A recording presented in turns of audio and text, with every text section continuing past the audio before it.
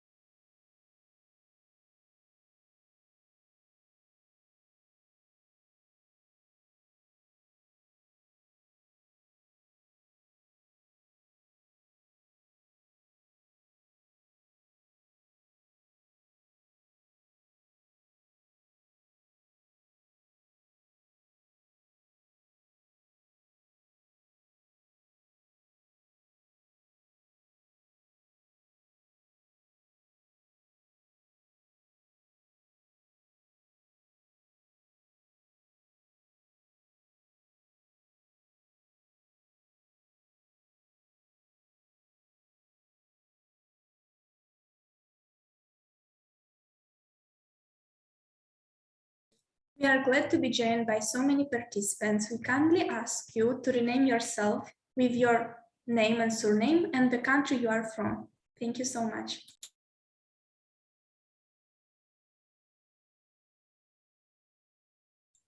Now we would like to finally start this conference. Hello, dear guests and participants, and dear teachers. We are so glad to welcome so many students from so many different countries to this conference.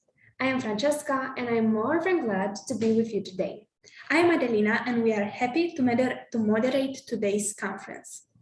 Each year on the 16th of November, we have been celebrating the International Intolerance Day. We are here to find out more about tolerance, to have an open discussion about it, and about how each of us can make a change through even small actions. Established by UNESCO in 1996, International Tolerance Day strives to take all positive measures necessary to promote tolerance in our societies, because tolerance is not only a cherished principle, but also a necessity for our communities and social advancement of all people. The United Nations is committed to promoting tolerance by fostering mutual understanding among cultures and other people. That's why diversity is so important to tolerance. This imperative lies at the core of the Universal Declaration of Human Rights, and is more than important in this era of rising and violent extremism and widening conflicts that are characterized by a fundamental disregard for human life. Tolerance recognizes the universal human rights, recognizes the fundamental freedom of people and the dignity of others. People are naturally diverse. Only tolerance can ensure the survival of mixed communities and opinions in every region of the globe. Political diversity is essential to some conversations, especially with polarized topics. We encourage you to take extra care to include people who hold different political views. Engaging only with people that hold your own values can lead to further entrenchment of our own beliefs and more polarization. Even small actions, like today's discussion, are significant in promoting tolerance among your peers. That's why we hope that every day you try to make this world a better place. Try to bring awareness about tolerance. Try to bring awareness about problems the world is confronting with, and take part in movements for a better social environment. We are more than glad to be joined today by Ms. Irina Koropchenko, human rights expert at Promolex. She has extensive work experience in the Balkan region on carrying out lobbying and advocacy movements in the field of combating hate speech, delivering of expert services in the field of discrimination, and fighting against racism, xenophobia, homophobia, and transphobia. We give floor to Ms. Irina Koropchenko to tell us about fighting against discrimination, how we can promote tolerance in our community and on an international level, and why it's so important to do that right now. Hi to everyone. Thank you very much for the invitation, and I'm happy to be here, and I appreciate your interest for this subject. So I want to share my screen if it's possible. Just give me a sign if I may do this, and I hope my internet connection will be okay. Yeah, it's okay. I have. Perfect. So just give me a sign if you may see my presentation. It's available or not. It is. Okay.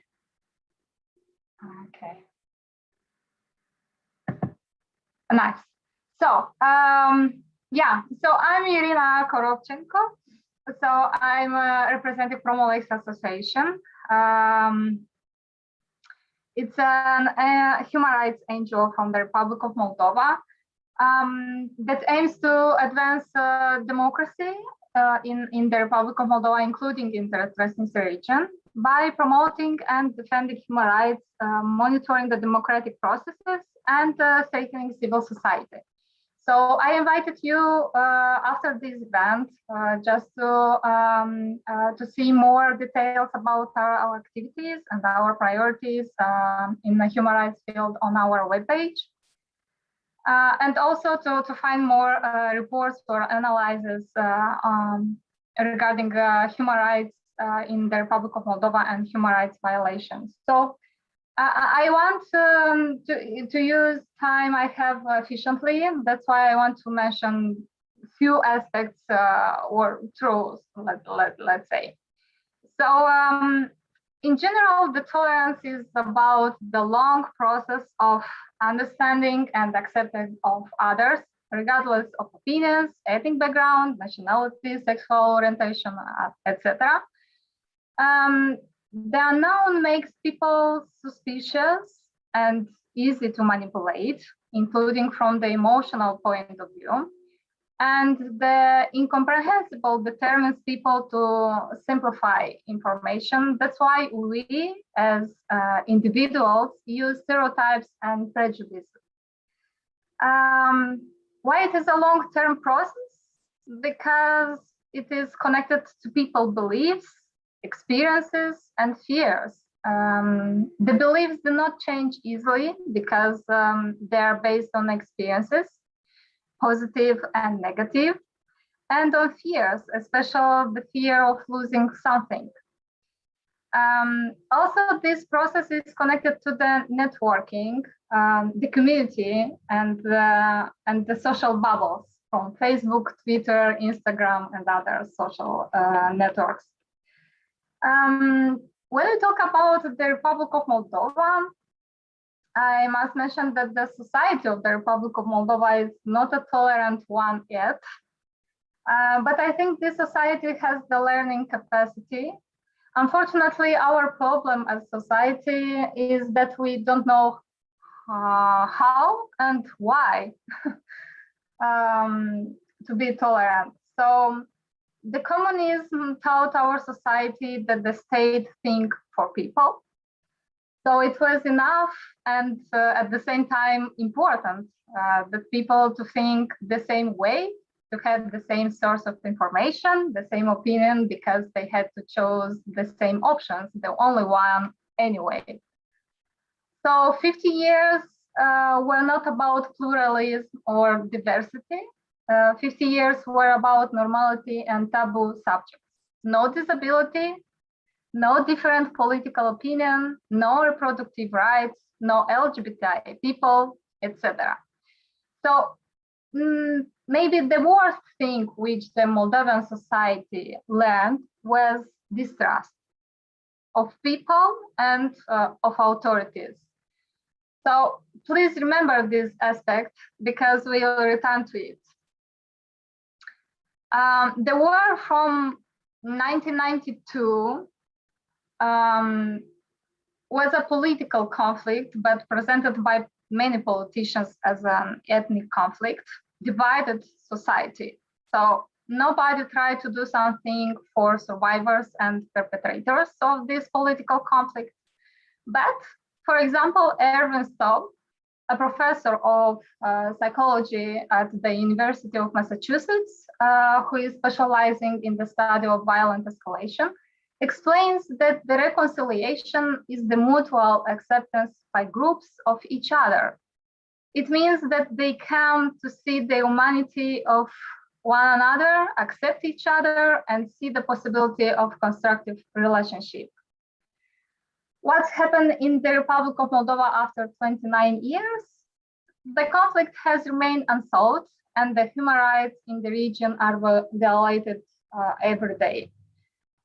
So another important aspect which Staub mentions is that large-scale violence is the worst potential outcome of development that begins with discrimination and limited harm, such as exclusion, humiliation, and small-scale violence. Staub also points out that the escalation of violent conflict becomes more likely when the culture of social group includes several characteristics, including lack of pluralism, the existence of unheld goods, or the existence of continuous trauma in a group, and the passive attitude or role of passive bystanders at the moment of a conflict. Yeah. At the same time, the second thing which I wanted to mention is connected to the our activity regarding monitoring on hate speech. So it's important to say that in all dynamic society, there is a risk of intolerance. I remember that in 2017, in the context of public discussion about hate speech, during the presidential election from 2016, from the Republic of Moldova, a politician asked me if I considered that the constitution of the Republic of Moldova was a source of intolerance or a source of hate speech. The answer was and is that each constitution was written at a certain time for a certain society from a social, ethnic, religion point of view. Because societies are changing, it's very important that the constitutions of states be inclusive and protect the rights of all members of their societies. This dynamic of modern societies comes with new challenges. And one of these is freedom of internet and digital rights. So in the Republic of Moldova, the intolerance manifested through hate speech, especially in online media and in social networks. And it is generated by politicians, religious actors, opinion leaders, journalists, etc. From 2018, Promolex identified more than 1,950 hate speech cases. And I want to share with you in the, but after this presentation, I will share with you in the chat box a few links to the fact sheet on hate speech and incitement to discrimination in the Republic of Moldova in the last 3 years, and also to few reports regarding hate speech in the Republic of Moldova, where you may find more disaggregated data regarding this topic. Also, I wanted to mention, if you talk about hate speech, is that this kind of speech in the Republic of Moldova affected different groups, but the 4 top affected groups are women, politicians, LGBTI people, and people with disabilities. For example, in 2020, 20% of the Equality Council decisions on the grounds of discrimination were based on the criterion of sex or gender. The last point which I want to mention today, because I want to give more time for questions, is that the consequences of hate speech as part of intolerance are marginalization, stigmatization, discrimination, human rights violation, violence, and genocide. The Holocaust did not begin with the gas chambers, but with the hate speech and discrimination. So the hate speech is a derogatory form of the freedom of expression. That's why hate speech is not an opinion, and it's not the right to freedom of expression. The intolerance divided societies and contributes to deepening the level of mistrust, which I talked about. So, Terry, I invited you to not assume the role of passive bystanders, because depending on the political, social, economic context, anyone can become a victim of hate speech and intolerance. So thank you for your attention, and I'm here to try to be useful for you. If you have questions, please feel free. Thank you. Thank you so much for such important and interesting insights on the topic of tolerance. We are encouraging everyone to put questions if they have.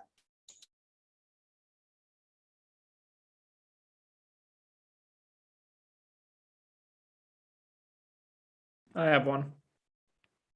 Have you seen an improvement in the past, let's say, decade in Moldova's improvement regarding human rights, or is it a stagnation more? Thank you very much, Christian, for this question. From my point of view, I think we made different progress in the field of human rights. Of course, compare with 10 or 15 years ago, but at the same time, we still have problems in this field, and especially in the Transnistria region, when you know that in Ukraine we also have a Donbas region, and in these regions like Transnistria, it's hard to ensure that everyone all human rights are respected, and that's why we may say that when we talk about human rights in the Republic of Moldova, including in the Transnistria region, we can say that everything is well, yeah. So sometimes we talk about the violation of human rights, like rights to freedom of expression, rights to education. That's why we not only as a society or civil society, but also our authorities must improve their abilities to answer to all problems regarding hate speech, regarding human rights violation, not only hate speech. This is my my topic and interest. Yeah.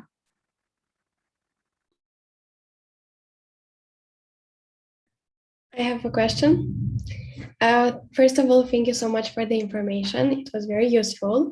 As you mentioned, hate speech is not free speech and is not the right to freedom of expression. My question is, how do we approach hate speech and how do we fight with it, with people who do that? Yeah, thank you very much, Juana, for this question. When you ask me what you as citizens, yeah, or online users, okay, yeah, yeah, we may do different things, different steps, small steps, but very important steps, as your colleagues mentioned in the beginning of this event. So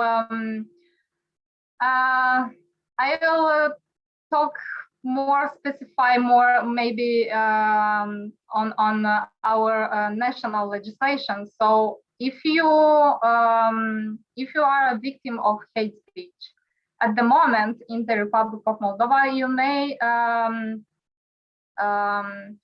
address a complaint to the Council for Equality. Yeah, I will share now, send in the chat box their webpage.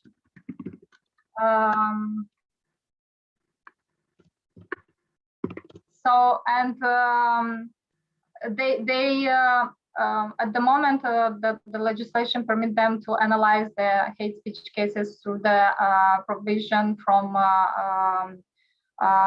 the law 121 regarding the ensuring the equality. And they will analyze this case through the incitement to discrimination. But it's also important that we have this mechanism to be protected from this kind of speech.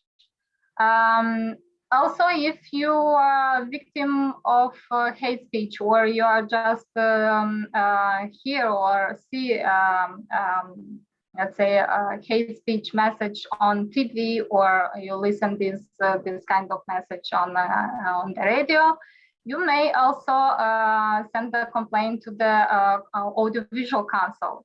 Because based on the national legislation, Audiovisual Council may analyze, and they have also a sanction for this kind of speech in audiovisual media service. So it's also very important.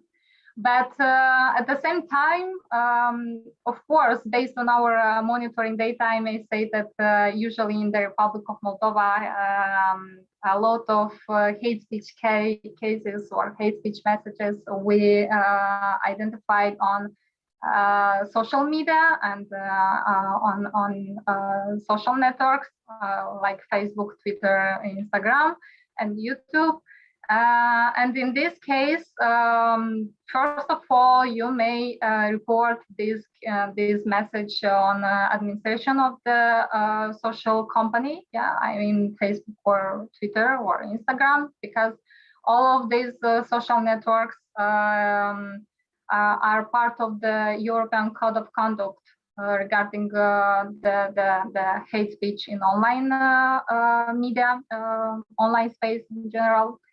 And also, you may report these kind of messages to Promolex on Facebook page Monitor Hate Speech Moldova. But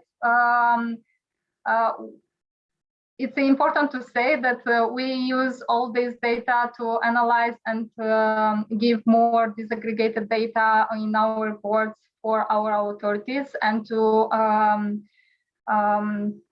explain to them that this kind of speech is really a problem in our society, and they need to make this phenomenon as let's say the prevention of this kind of speech and ensure the respect of freedom of expression as a priority of our government. Yeah, and of course, I may say that it's important not to share all these kind of messages, especially when we talk about elections or electoral campaigns. Yeah, because as you saw in my presentation, all these hate speech cases which we identified was viewed by more than 48 million people. So it's too much for our society. Yeah, I hope I answered to your question. Thank you.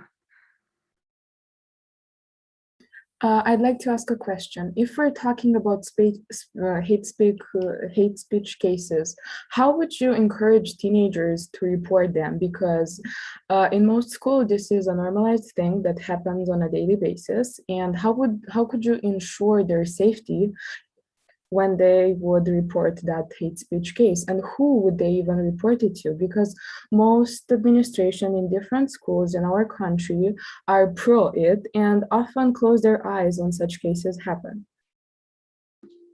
Yeah, thank you very much, Nika, for your question.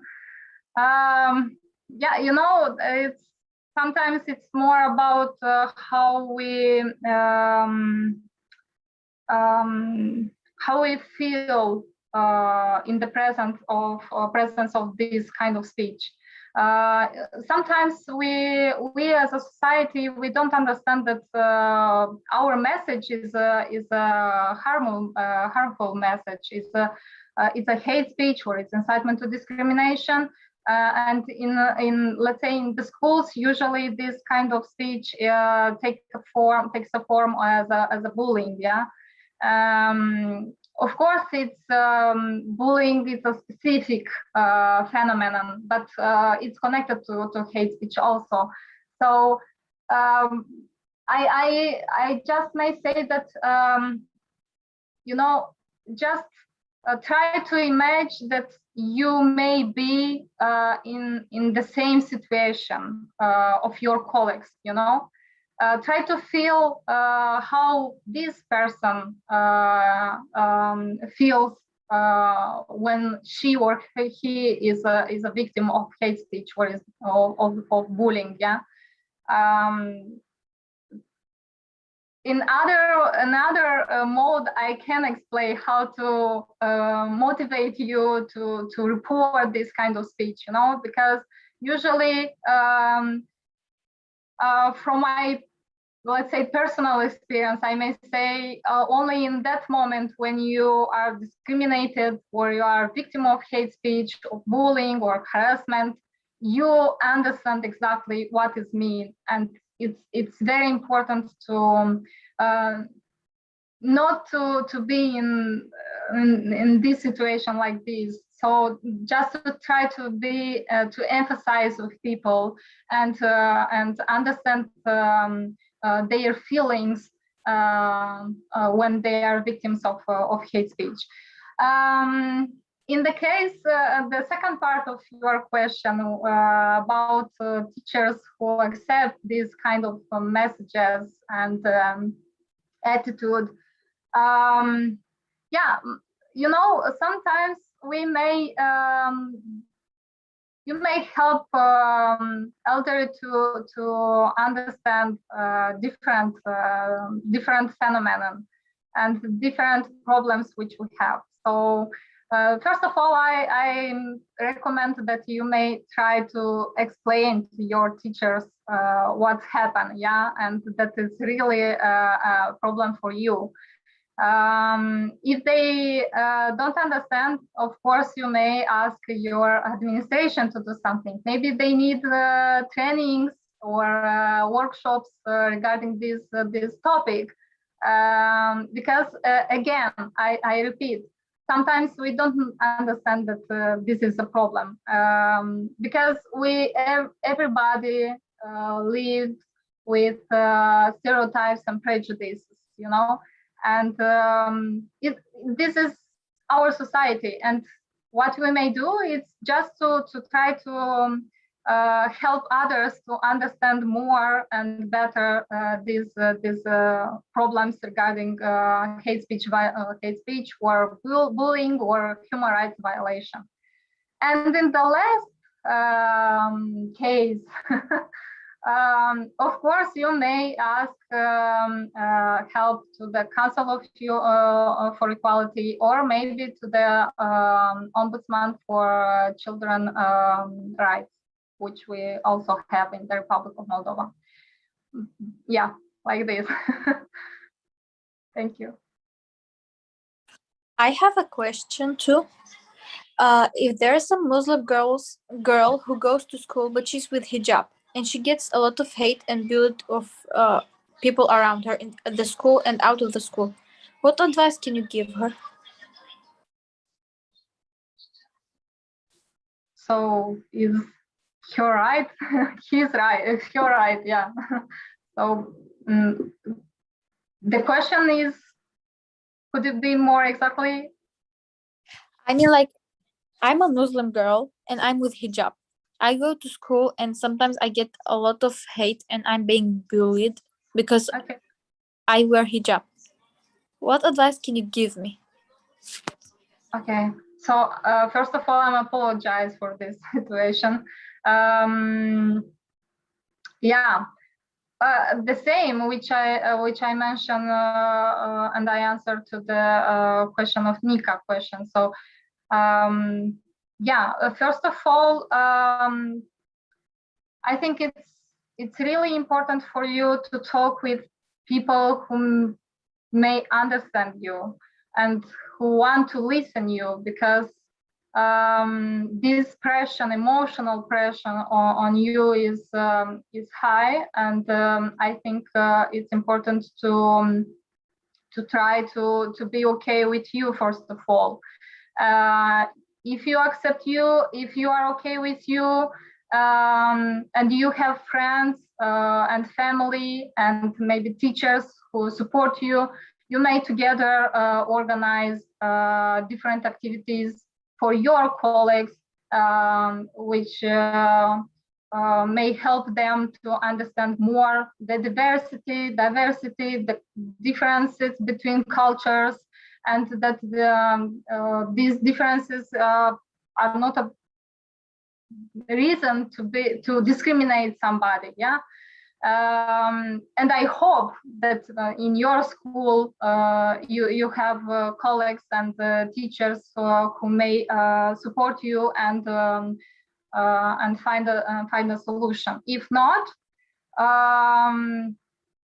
I recommend you also to address. I don't know, you are from the Republic of Moldova or from Ukraine.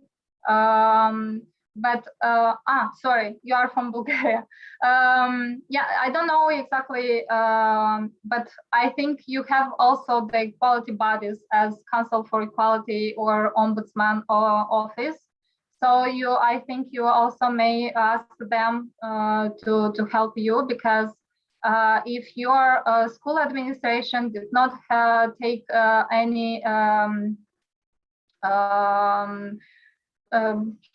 attitude in front of this situation, this is a problem. And I think somebody from equality bodies, from Ministry of Education, should explain them that it's not accepted. So yeah,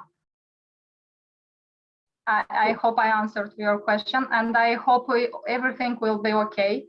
But also that today we talk about tolerance, and I mentioned that the tolerance is about the accepting of others. It's important to understand that how we look and what we wear and which sexual orientation we have, it's not a reason to be discriminated and to be a victim of bullying or hate speech. I'd like to add something to your advice, Irina. So first of all, you should be aware that it's not your fault for being bullied or for being a victim in this case. And please do not ever try to blame yourself for this. It's not your fault that the people around you are not well informed and do not take action when they see injustice. And the second of all, if you decide and you find somewhere to report your case or try something to change in your community, you should also have people around you that support you, either if it's a parent or a friend, because the process of reporting any type of case is a hard one. And being one against every single other person who does not view the same world with the same eyes, it's gonna be hard. But just remember that it's not your fault for everything that's happening, and things will get better. Yeah, thank you very much, Nika. One more thing which I want to share with you or just suggest is that sometimes this kind of situation may be as opportunity for you to do something which may change your community. And I think you may be as human rights defenders in your school. So just find your group of support and just organize something for your colleagues, because sometimes we need this as children, as students, as members of the society. Thank you to each one of your contributions, and thank you, Ms. Irina, for your helpful responses and sharing your knowledge with us. We heard your questions, we heard your advice, we heard your personal stories, some sad, some happy. We want to say that we are in a moment of great importance, and each action we do now will eventually have an impact on the world. Even small things like showing kindness to a stranger or standing up for a friend who is bullied can make a great impact in someone's life, and thus can make a great impact in our society. Conversations about tolerance can spread awareness and push individuals to think about how they treat others, how they want to be treated, and how they can make the world a better place. Regardless of skin color, religious affiliation, gender or nationality, we need to take care of how we talk to people. Through discussions like this, we can make people think about the way that they act towards other people, how we can make governments fight against different forms of discrimination, and we can push educators and teachers to inspire students to show tolerance when talking to their peers or the people who are around them. That's why we would like to know more about your personal opinions and views about tolerance. That's why we have gathered so many students from so many different countries. We can't talk about diversity without having diversity. We want to hear about your side, about the side of your story, the bad, the good, and everything. Let's dive into the questions. So we want to hear, what do you understand through the word tolerance? You can explain tolerance however you want and however you may see fit. You can use definition, you can use personal experience, events in the news, and other anecdotes as you may see fit. The students should use their own words to define tolerance. So I think we can give the floor to Besma, because she was the first one to raise her hand. I think tolerance is being patient, understanding, and accepting of anything different. Tolerance is the quality of allowing other people to say and do as they like, even if you don't agree or approve it. Tolerance is the ability to bear something painful or unpleasant. There is lower pain tolerance and lower resistance to infection. An example of tolerance is Muslim and Christians being friends, like me and my friend. We have been friends for over 8 years. Even though we aren't the same religion, we're still friends, and this doesn't bother us.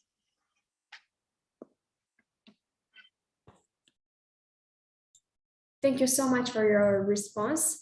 Now we give floor to Catherine. Thank you. I would say that tolerance is the ability or willingness to tolerate the existence of opinions or behavior that one dislikes or disagrees with. And it's also the right to self-determination regarding the identity of the individual. And I think all of us should respect the moral norms of our friends and people around us. Thank you so much. Now we would like to hear the response of Fianna. I think we can represent the society and all human beings as flowers. And we all know that each flower has a different scent, a different shape, a different, they're all different. And when we come all together, we create a very beautiful field of flowers, and understanding that it is pretty and it should be that way is actually very great. And that's what is tolerance.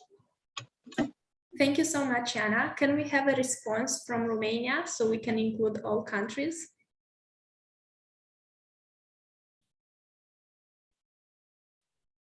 Okay, Christian.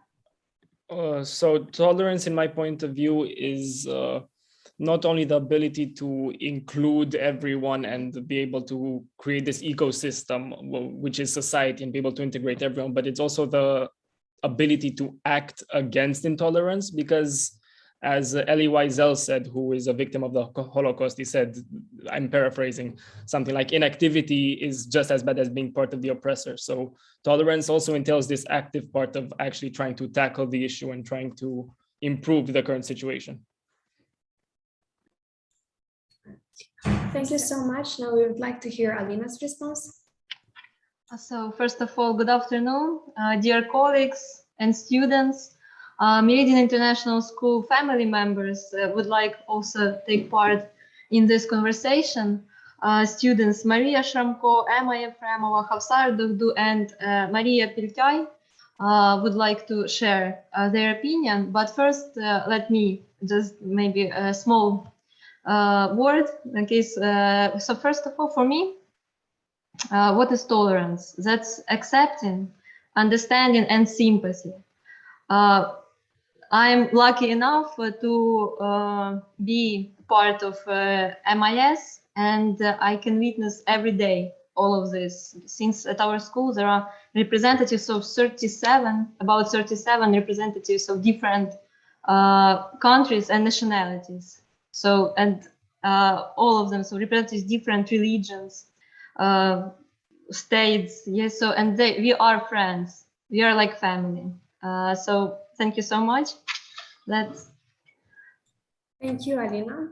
If there are no other responses, we would like to go on with our presentation.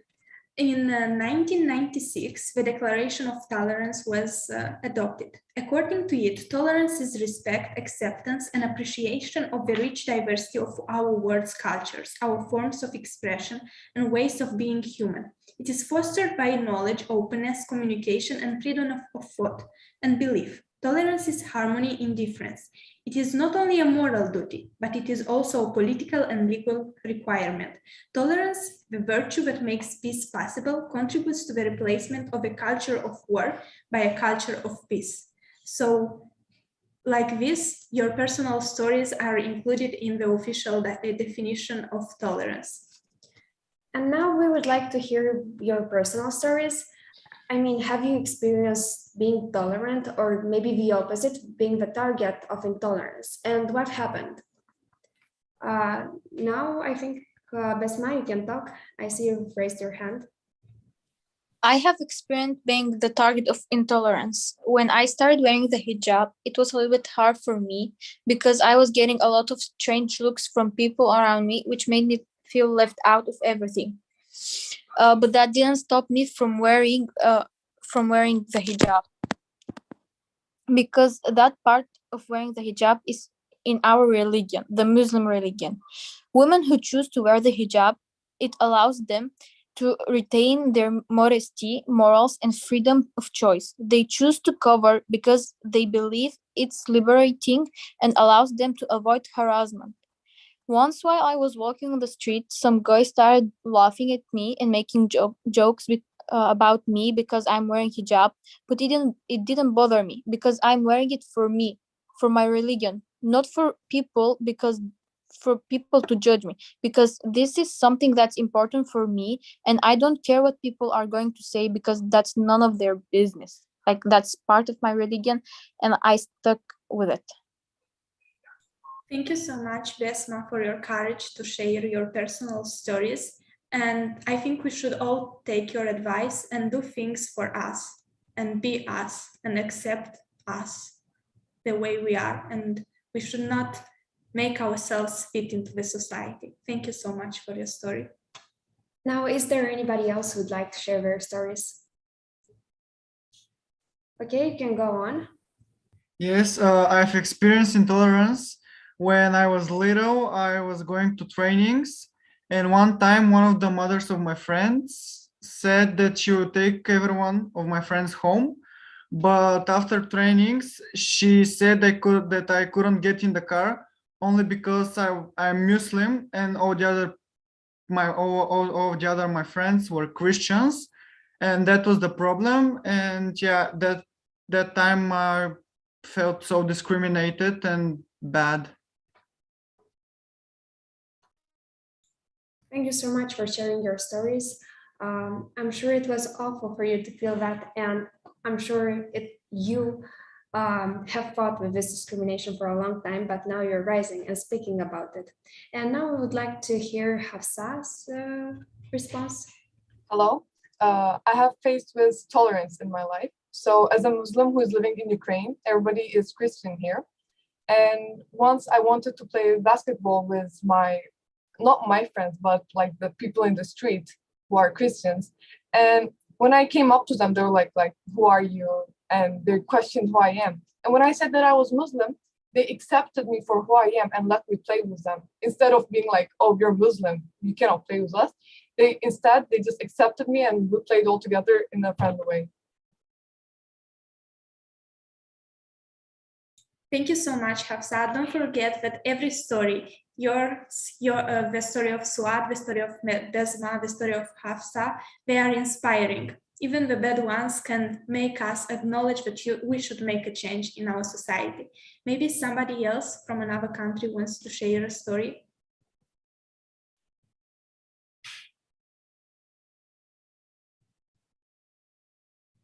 Okay, Christian, you can go on.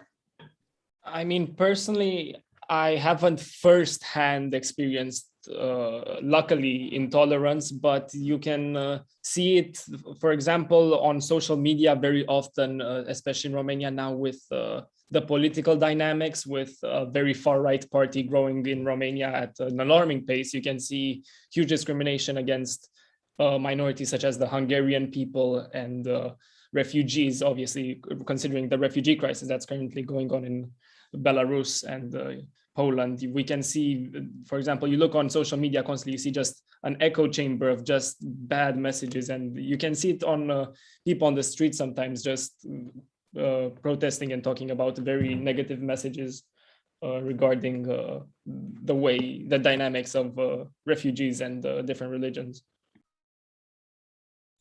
Thank you so much. You're really true. Like, we are surrounded by acts of discrimination and intolerance towards people. And now I would like to ask somebody from Moldova. We haven't heard you speak on this topic, and maybe you'd have a story to share. You can maybe bring another perspective if you want. I'd like to address this issue because I've experienced intolerance because of my gender, because of being a woman, because all of the prejudices and stereotypes that I'm surrounded of.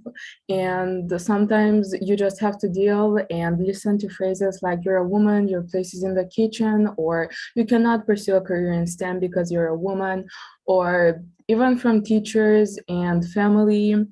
You often hear that women should have families, women should have children, and if you do not have those, then you will probably be a sad human being and will not achieve your full purpose. Because in our society, the women are seen as a tool that they can use and something that they can explore.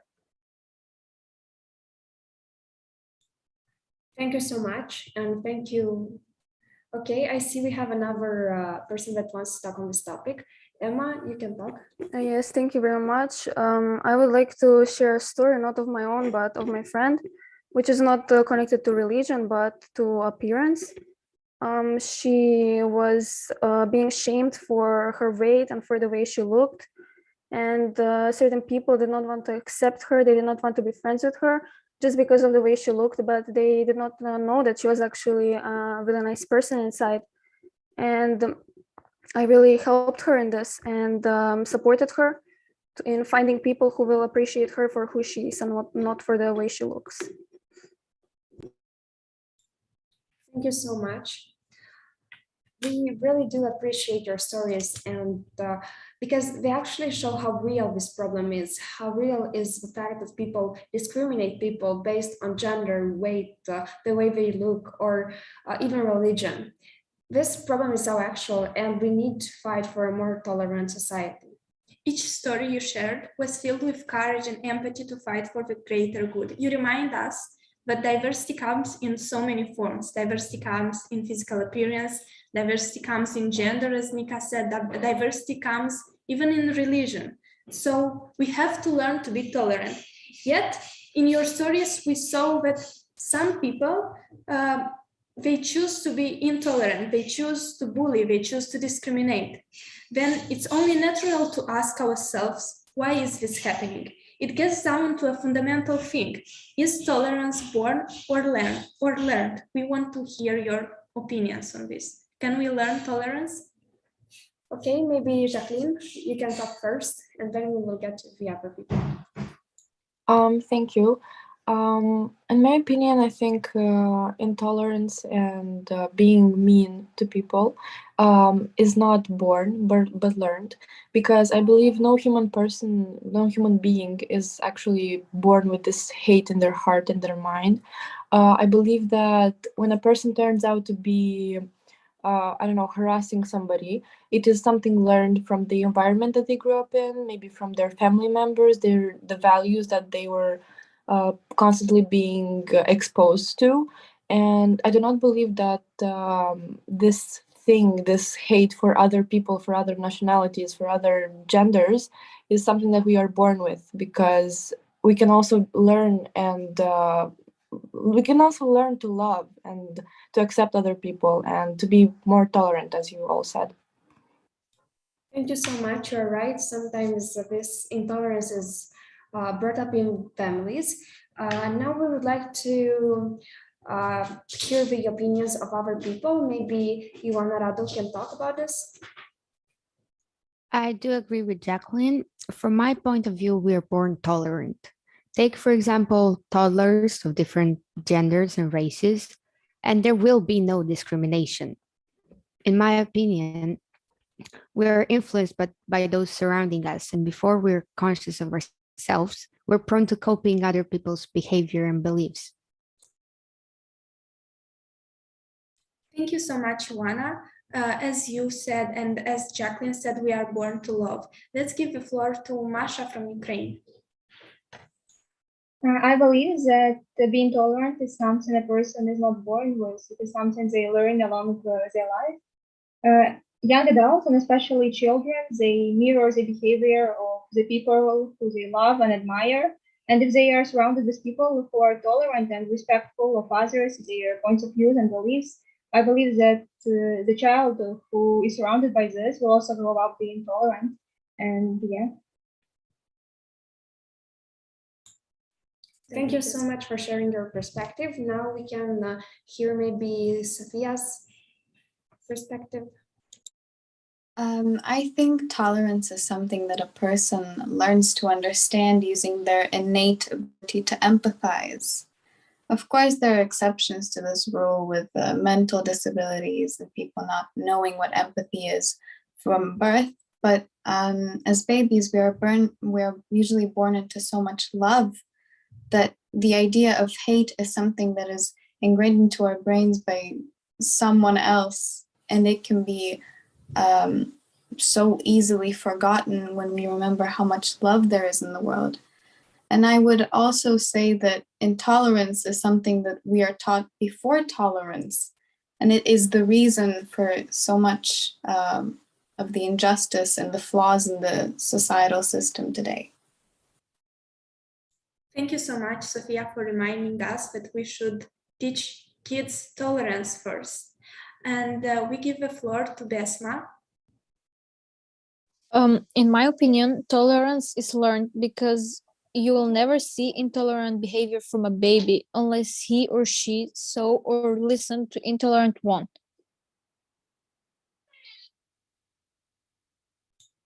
Thank you, Besma. Danielle, maybe from Moldova, wants to continue. Yes, I also think that tolerance is taught, as a lot of abilities and aptitudes. Tolerance is taught, but I think it's in more subtle ways.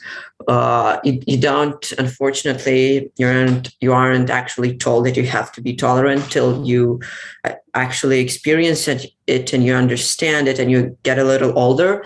I'm talking like, I don't know, 6, 7 years old. But when you're younger than that, you can see it as someone else does it. And from these subtle ways, you can learn that you have to be tolerant with other people. Yes, you are indeed right. And thank you for your response. And now I would like to move on to Jana Sandu. I think that newborns' characters are like empty bubbles, and with each day we fill it up with their experience. The environment also affects their behavior. The education also affects their way of thinking. So I think that both intolerance and tolerance are learned. Thank you so much. Yes, you're indeed right. We get influenced by factors outside of our own homes and ourselves, and this way learn tolerance, or in some cases intolerance. And now I would like to hear Christian's opinion. I believe we're born with tolerance. For example, I personally haven't experienced or heard about children from under the age of 6 or even younger or older that are innately racist, xenophobic, homophobic, because you're born to see things how they are in the most pure way. However, intolerance, I believe, to the biggest degree is spread, is learned, or not necessarily learned, but obtained through the lack of information. If you're isolated in a certain location, obviously you'll start having doubts about people that are out of that certain scenario, out of that community. So it's something that's born, I believe, mostly by circumstance and by isolation, by not having experience with said people. Thank you, Christian, for pointing out that diversity is important for learning tolerance. The next one, I think, is Suat. You can open your mic. Okay. In my opinion, tolerance is being learned. This thing that every one of us learns every day. For example, little kids don't know what tolerance is, so they don't respect the other's opinions. We can see that in every school, like in kindergartens, children always get into fights for little things like where to sit or with who to sit with. Also, they're too young to understand the importance of the word discriminance, tolerance, and with aging, they get to understand and experience both tolerance and intolerance. Thank you very much for your response. It's indeed very insightful. And now we would like to hear Emma talk about her opinion. I personally agree with both sides. I totally agree that we are not born with hate and with the idea that we should discriminate people, but I also don't think that we are born with the idea that we should accept everyone around us. I think our tolerance is learned, and it depends mostly on how our parents raised us from home, but also from the environment we grew up in and from the people around us.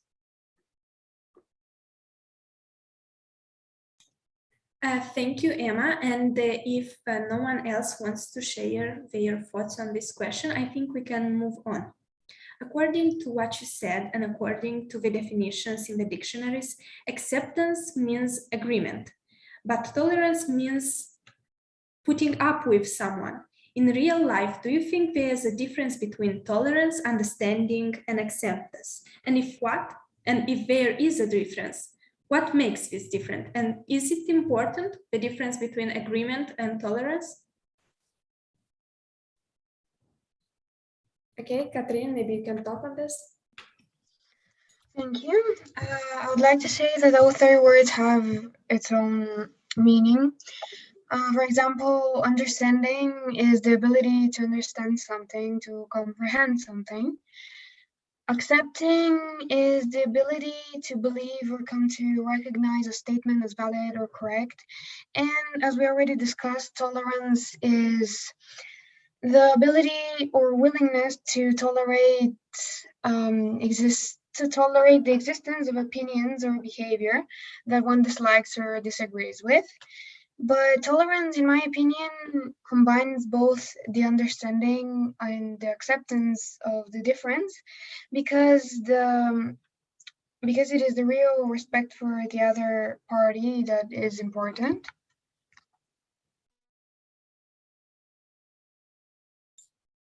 Thank you so much. You are indeed right. And now I would like to hear maybe one of the son's opinion. Of course, thank you so much.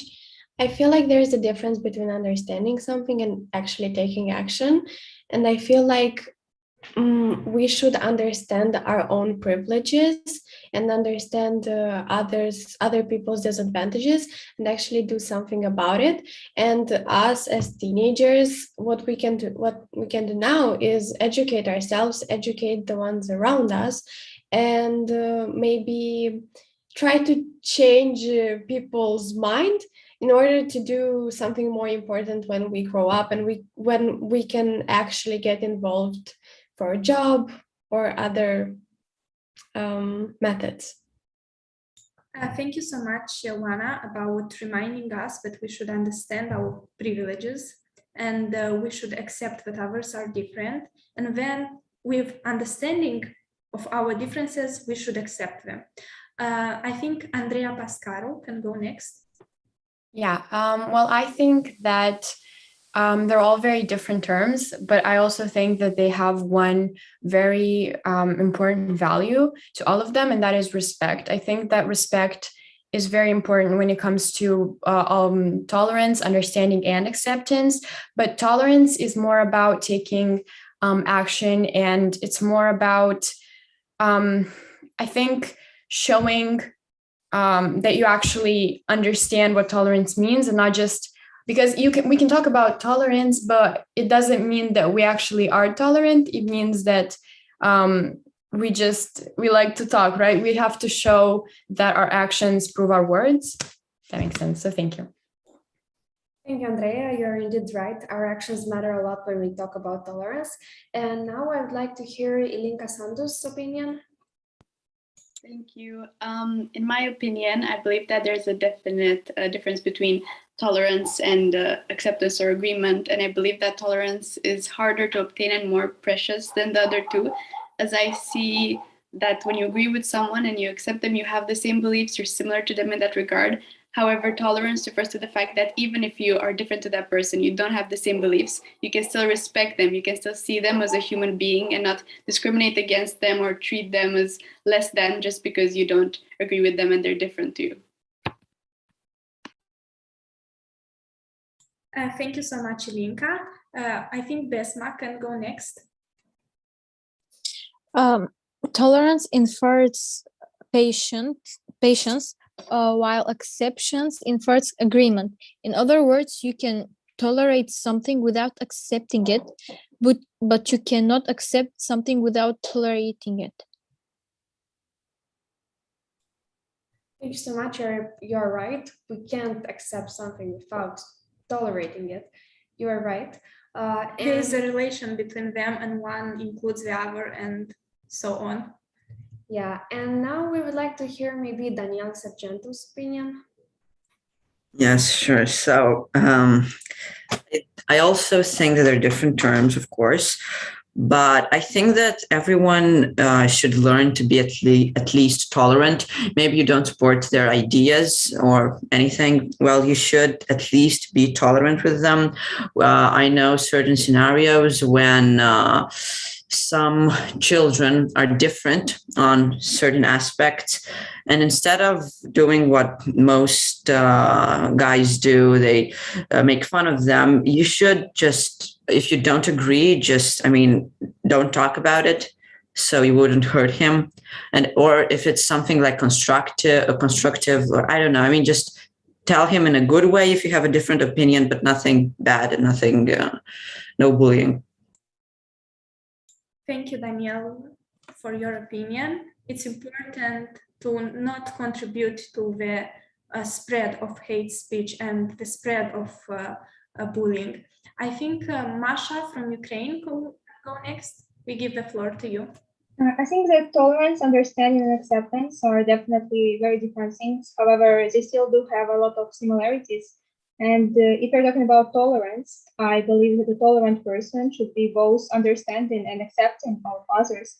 So if a person is different from you in any way, in appearance or points of views, you have to be understanding of them, and you have to put yourself in their position and understand their point of view. And you have to accept it and accept that there are people who will always be different from you. And yes.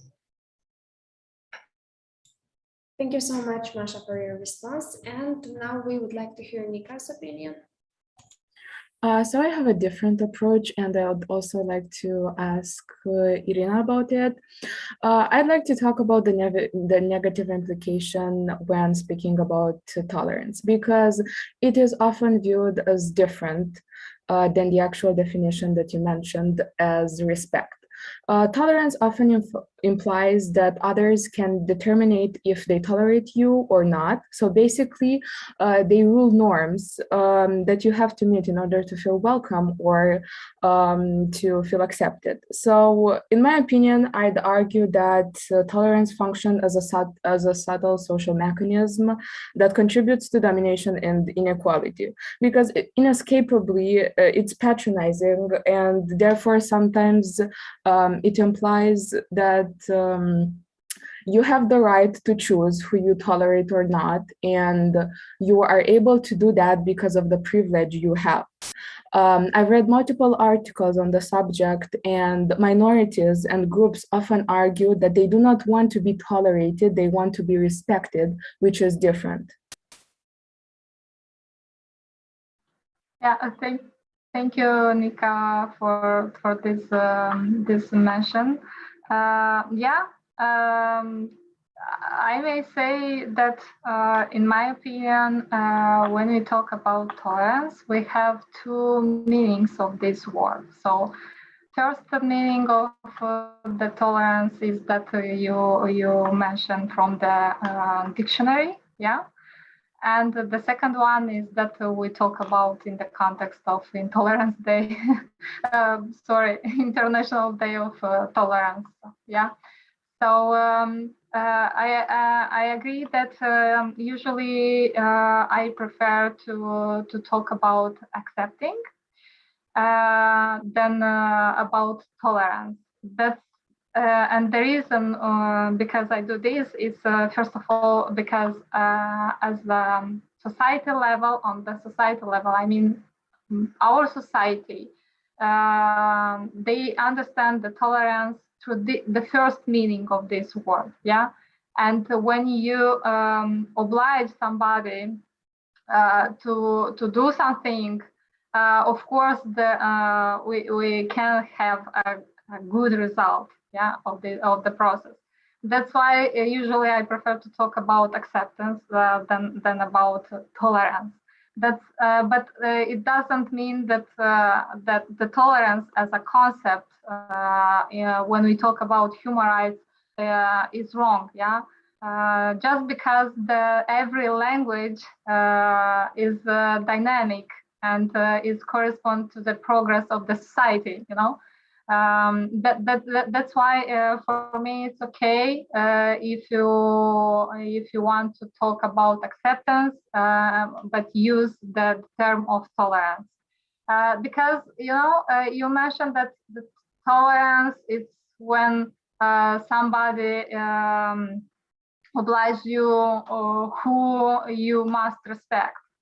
But usually tolerance is about the respect of dignity, of human dignity.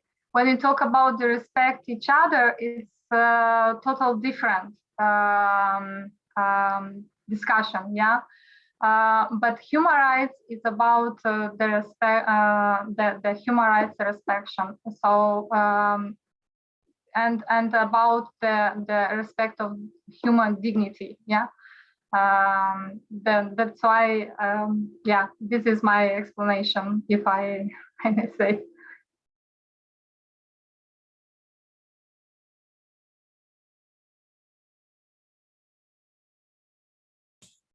Thank you, Nika, for your question, and thank you, Ms. Irina, for your response. We were glad to hear everybody's opinion and this helpful information. And now we would like to move on to the next question. We are living in a world with constant technological development. This is having an effect even in our social lives and communities. People using social media and sites usually use them to promote their beliefs, religion, culture, and so many other subjects. Do you think this could have an impact on tolerance, or maybe it could have an effect on it? And how do you think it's going to affect us? And maybe right now we can hear Besma's response. Social tolerance has advanced significantly due in great part to the internet. In 2020, people are more tolerant and they are today than they are today, thanks to wider exposure to others and their views that has been brought about by the internet and other information and communication technologies. The greater tolerance shows up in several metrics, including declining levels of violence, lower levels of certain metrics, and reduced incidence of overt acts of bigotry and hate crimes. Lately, the social media tolerance has been growing a lot. There is a lot of violence in the internet. Some people are getting a lot of hate for their skin color or behavior, and the behavior towards their fans, the way they act and the way they talk. Everything that an influencer does on the internet, it gets them a lot of hate. Even if they just stand in front of a camera and do nothing, they still get hate. The internet and social media has become a very dangerous place because it can influence suicide-related behavior. Over the past 10 years, cyberbullying has increasingly led to self-harm and suicide. Thank you so much, Besma. When we think about this question, it's easy to go in the extremes that social media only does bad things for tolerance, that it promotes hate speech, or only does good things. That since technological advancement has started, people became more tolerant. But as you said, it's important to acknowledge both sides. But social media makes people more tolerant, but it also spreads hate speech. And we should do something about the second part. I think Andrea Pascaru can go next. Yeah, I would like to add to Besma's opinion. Like Ms. Irina said earlier, she talked about the fact that social media platforms have the option of using the report an issue or report an opinion or something if you think that you've been discriminated against or intolerated. So I think that in that aspect, tolerance has been somewhat improved by the development of the technologies. So I think it's important to remember that social media has a positive aspect as well. Thank you so much, Andrea. You are really right. And now we would like to hear maybe Swat's opinion. Thank you. Well, with the technology getting more and more advanced, we start to close ourselves more. We start ignoring the people around us. For example, I can, for example, when I have telephones, I start to close myself in and make a world that is perfect for me. And with that so-called perfect world, it makes an illusion that everything is perfect, but in reality, just an illusion in which we do the things that only benefit for our own interests. And at what point we start mixing reality with the so-called perfect world and begin to intolerate the other's opinions, and we start to ignore the people around us and their opinions and intolerate them. Thank you so much, Swat. As you said, due to social media algorithms of selecting information, we create the illusion on Facebook, on Instagram, because we only see the posts of people in our inner circle. And if our inner circle is not diverse, then we unlearn this tolerance that we talked about. So yes, thank you for sharing your important side of the story. I think Fianna Sandu can go next. Yeah, so many people were talking about the bad side effects of the technology, but I would like to talk about the good sides. First of all, it gives us access to various articles surrounding that topic, the topic of tolerance. The internet allows us to share our experience, different approaches, and understand where some opinions may come from. It also allows us to teach others and be taught. And that's an awesome thing about the internet, I think, because we can influence others in a good way. Thank you, Yana, and thank you for showing us the positive side of that technology can have. And now we would like to hear maybe Sophia's opinion. I think the creation of this technological advance in social media had the potential of improving tolerance by connecting billions of people to work together towards bettering our world in a single spot. But unfortunately, in my opinion, it is doing the exact opposite by using the connecting feature towards spreading hatred and bad things in every corner of the world. The birth of concepts like cancel culture was created on the internet and has managed to warp young minds into believing that once a mistake is made or a single word is said, that there is no possibility for redemption or learning. Social media has become a platform for bullying and complete intolerance towards people by alienating us from the idea that we are all flawed individuals. With that said, we often forget that there are some instances where users can learn more about each other by becoming somehow more tolerant towards one another by learning. And it is not the most common occurrence, but it is possible. And to add to the words of our lovely speakers, the algorithm that the social media uses is catered towards this kind of alienation from the diverse perspectives of all people. And a good documentary that I suggest you watch is The Social Dilemma. You can find it on platforms like Netflix. It has a really good explanation about how the algorithm works and why it is so dangerous. Thank you so much, Sophia. We would like to go next with Emma. Yes, I think technologies have an effect on our level of tolerance. I think that we have an opportunity to express our opinions and experiences online, but we also can read other people's opinions, because nowadays many people express their views online, and their views may be different from ours. And I feel like this makes us more open in accepting and tolerating other people's ideas.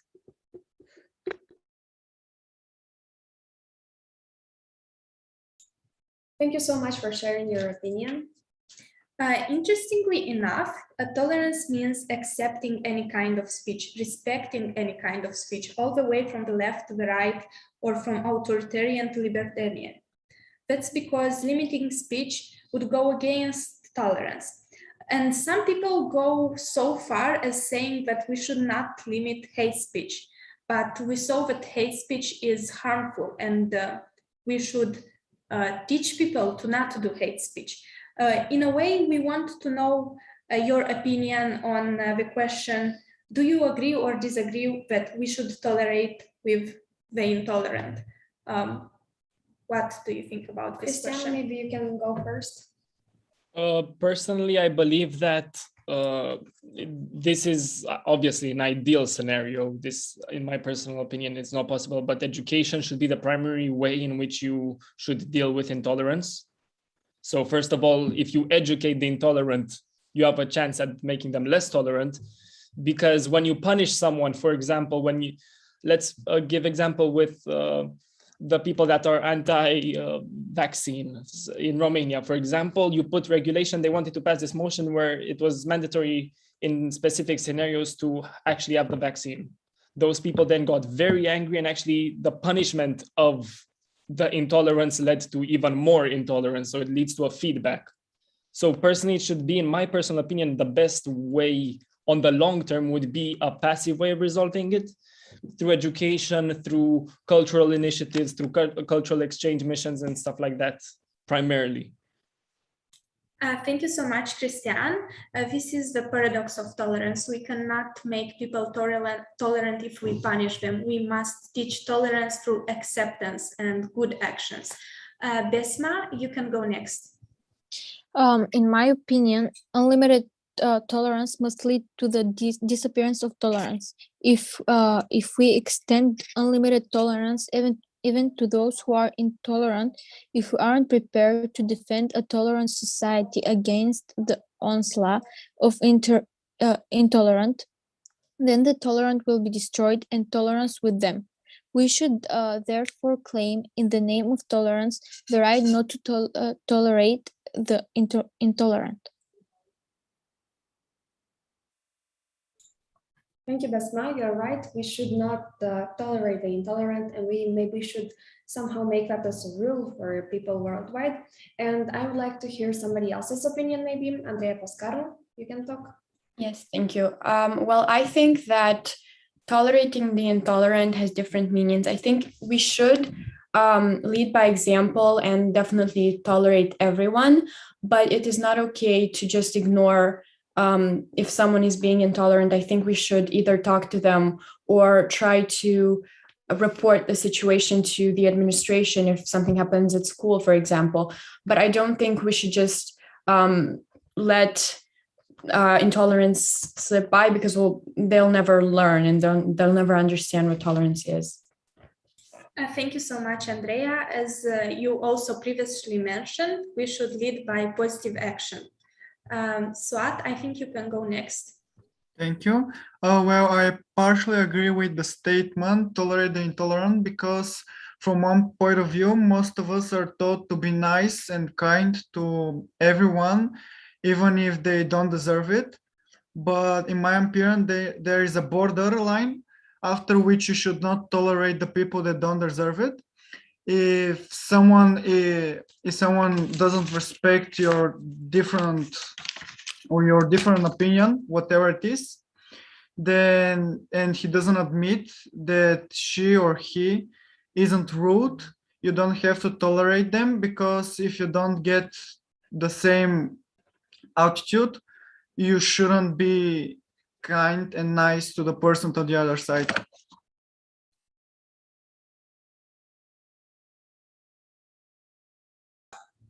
Thank you so much, Swat. You are right. Even thought we are brought up into this world thinking that we should be kind to everybody, we need to know our limits and know when we should not tolerate certain actions. And now maybe we can hear Juana Gutsan's point of view. Thank you. Most of what I wanted to say has already been said.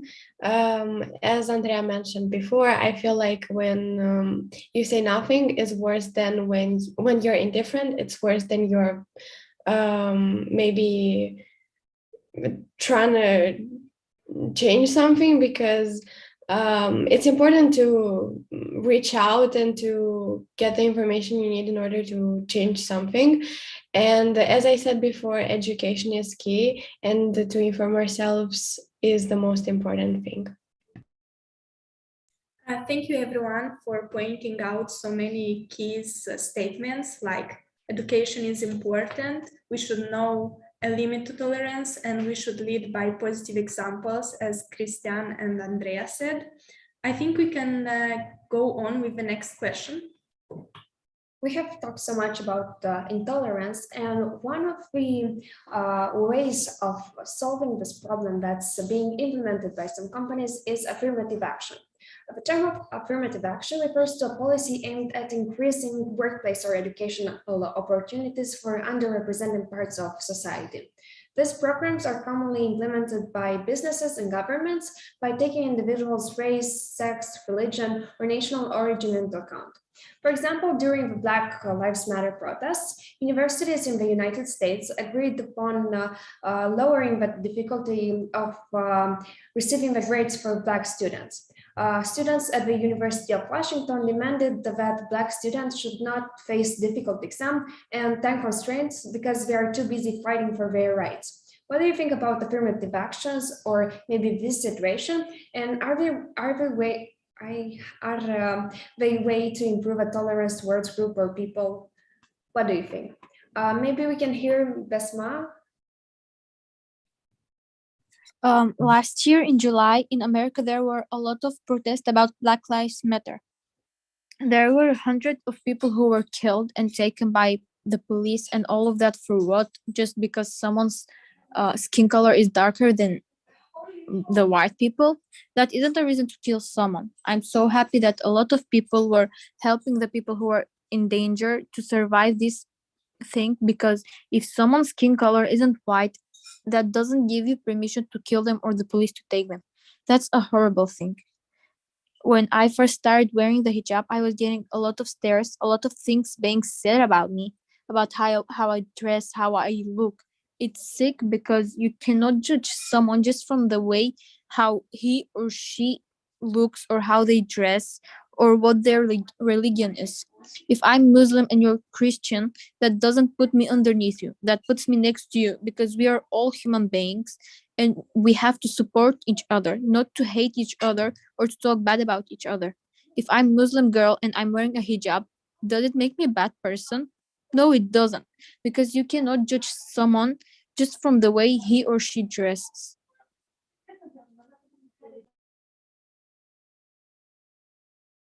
Thank you so much, Vesna. I think Nika Gojan can go next. I think intersectional feminism is the best way to approach intolerance and any kind of discrimination, because is the most used tool to address global issues and at an international level helps solving it. The intersectionality helps understand the diversity and the experience that different people have and how you can correlate to them, and how the privileges that you have can sometimes damage a person who's socially vulnerable. Thank you, Nika. And you're indeed right. Sometimes our privileges are not the same as other people have. And some people are discriminated when it comes to that. And I think this is why it's so good to have affirmative actions, because in this way we can improve diversity at a workplace or university and actually allow people that are discriminated to raise their voice and speak up. And maybe now we can hear Katrin. Thank you. I would say an example of such action is democracy, and what is generally considered to be the first example of this kind was found in ancient Greece.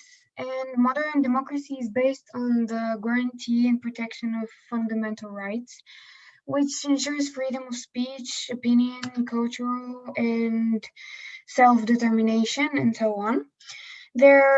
In Bulgaria, such affirmative actions and communities are intercultural educational programs in schools that teach students to respect the uniqueness of each other.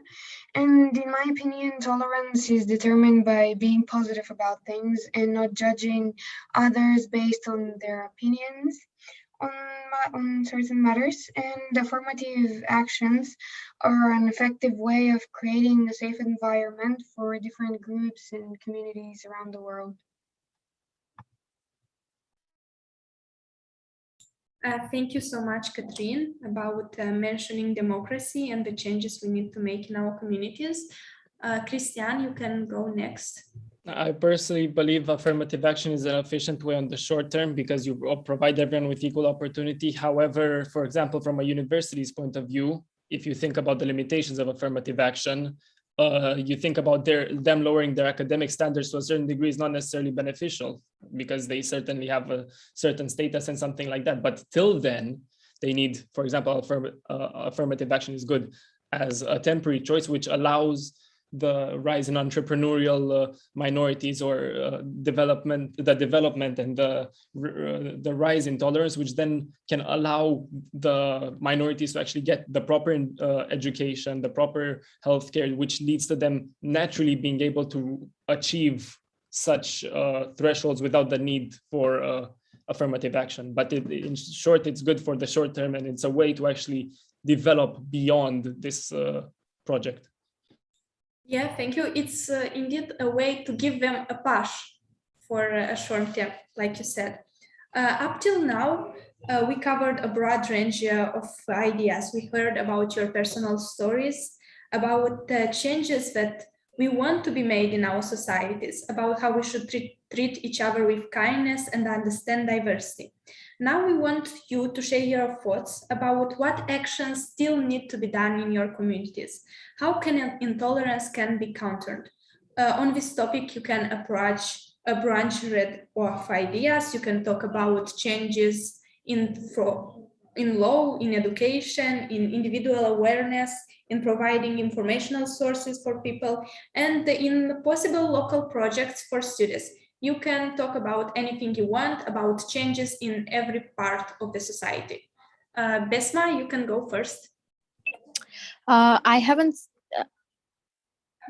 seeing a disturbing groundswell of xenophobia, racism, and intolerance, including rising anti-Semites, anti-Muslim hatred, and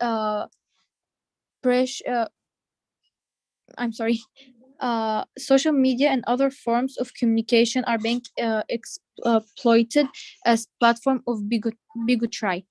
I have seen some people who use social media to spread positivity and help people who are suffering from a lot of hate or intolerance by chasing global resilience against this insidious phenomenon. We can strengthen the bond of society and build a better world for all of us. Thank you, Besma, for your valuable response. Is there anybody else who would like to talk on this topic? It can be about a small change. It doesn't need to be something big, something you want to see maybe in your school, maybe in your city. Okay, Christian, you can go. I believe a good step in the development of tolerance would probably be the further push into culture, because obviously you need to teach the youth. What does the youth do? Look on social media, maybe, I mean, not likely now, but read books, listen to music, watch movies. If you apply tolerant views and you show them and you educate them through the media that they actually consume, through things that they use, not necessarily at school, but in their regular day, they go out and they see something, they watch a movie, they listen to a piece of music that portrays this message of tolerance. I believe it will go a lot. It will actually diminish the intolerance in the world through, I believe, a taboo way, but personally, I believe it's a long-term possibility. Thank you so much, Christian. Maybe we can go on to Ilinka. Thank you. I think that in this current day and age, our most powerful tool to approach this issue is that of education. As many people mentioned, education is an extremely powerful avenue through which we can change people's behavior. And I think that this can really have a huge impact as it approaches this issue at its root. If we teach the new generations values full of tolerance from a very young age, they can then pass that on to the future generations, and this can continue. And I believe that through education, events such as this one can have a huge impact, events where we get to hear about other people's opinions, and these can lead to us becoming more tolerant. And I think that activities such as this one could have an impact on how we are educated and on our tolerance. Thank you so much, Ilinka. It starts from taking actions, even through small actions like talking in a conference or standing up for a student that you see bullied in your school. We should do something about it. Masha from Ukraine, maybe you want to share something? Yes, I believe that intolerance is based in ignorance of something unknown, other culture, nation, or religion. Therefore, I agree with the speakers who were before me that greater emphasis should be placed on education in order to make it better and more accessible for everyone, not only for children, but also for adults, maybe who weren't able to receive the education of tolerance in their younger age. So I believe that such conferences as this today should be made more widely spread at home, in schools, in workplaces, and so on, to raise awareness of this problem. Thank you so much, Masha. You are right. We need to raise awareness in as many places as possible to bring this problem to light. And now I would like to hear maybe Jana's response. Yes, I think that many things can be done, but one of the ways we can improve everything is make the laws more inclusive. For example, in Moldova, we have a problem. One of the examples is that LGBTQ plus marriages are still not allowed, as far as I know, and that fact affects the Moldavian LGBTQ plus community, because most of the people still want to get married and we just cut them off. Yeah, and it goes for many other stuff. Thank you so much, Jana, for pointing out about the rights of different minorities. Right now, it's very important for us to realize the struggles that our world is facing and try to step in to help it. Everything is interconnected. The social justice state of our planet is affecting us too. If we keep treating each other inhumanly and fighting the ones different from us, then we will soon become the reasons for humanity's decline. We hope that today's discussion stirred something in you. We hope that when you end this Zoom call, you will not forget about supporting the less fortunate people, and you will start taking actions as you discussed today. We thank each one of you for your time, and we thank Ms. Irina Koropchenko for her amazing insights. Thank you so much. Thank you so much for each one of your contributions, and we hope to see you soon at our online events. Bye-bye. Bye. Thank you, ladies. Bye-bye.